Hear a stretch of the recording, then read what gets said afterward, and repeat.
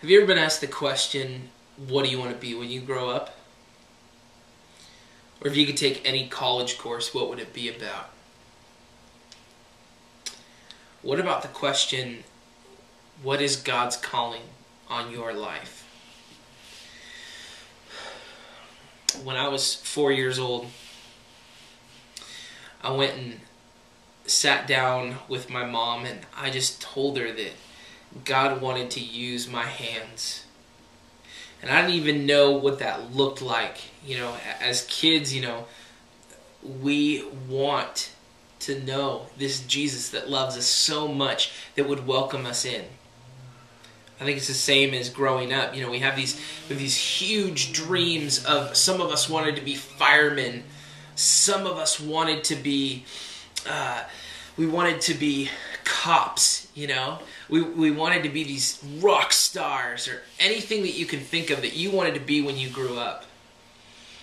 But do you know what God's calling on your life is?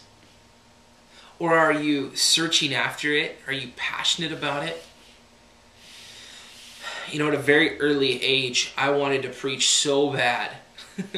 I wanted to talk to people, and I just wanted to share with them that in fact at an early age I was speaking.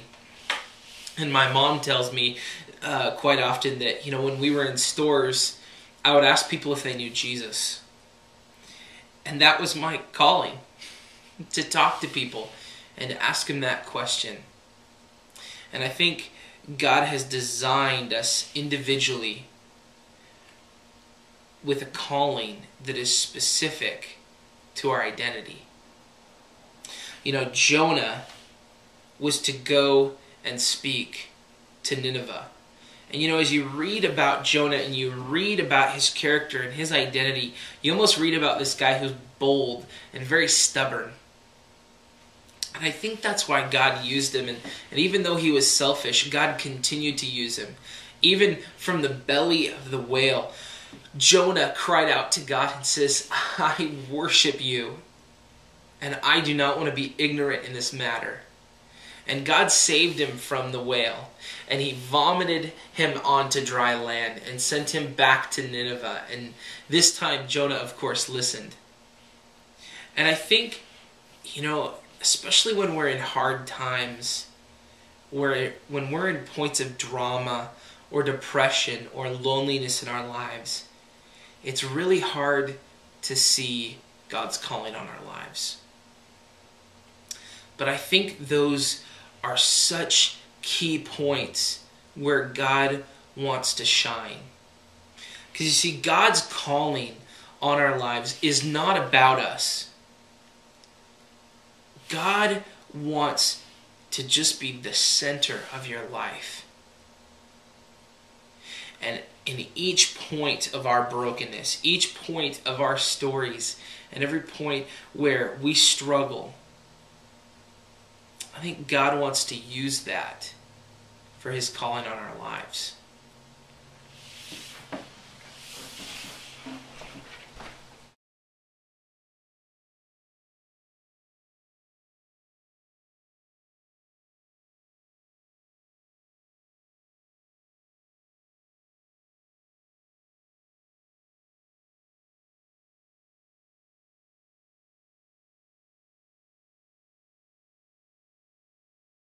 Before I started working here at the church, I worked for a company who sold copiers.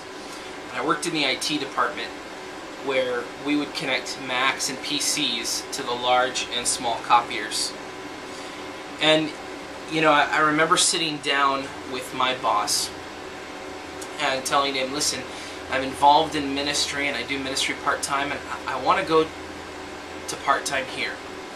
And I remember him saying no, and me walking away from that going, okay, well, I'm going to continue to do my ministry. And so I remember putting lots of hours in my ministry and still working full-time at the copier business. And I think that's kind of like Jonah. I think Jonah tried to, pick. And he tried to go one way, but then he changed his mind. And when he changed his mind, he had found himself in a place that was not that great. And that would be the belly of the fish. You know, and as we read Jonah chapter 2, we read that Jonah completely realized that he had made a mistake. I remember going back to my boss the second time and saying, this time I'm giving my notice. And I was greatly supported. And, you know, just wanted to follow after God's calling on my life. Because God has called us to each do something and to be about something that reflects God. And for me, I just realized that God had designed my mind and my heart for ministry. So I wanted to be obedient to that. You know, I remember even being in a conversation with one of my worship buddies, and we were talking about an old friend we had, and talking about how he's in Yakima now, leading worship, and you know, we commented back and forth, and I said, yeah, you know, he's kind of got that cycle. He's not here anymore in the valley, and now he's over in Yakima, you know, 2 years, and then he's gone. And then I went back to that conversation later and had to apologize to my friend, because I went, wait a second. I see it as he's in 2 years in a place, and then he just takes off. But then I look at the ministries he's left behind, and the fruit, and the growth. And then I realize that that's his calling. That's how God's designed him.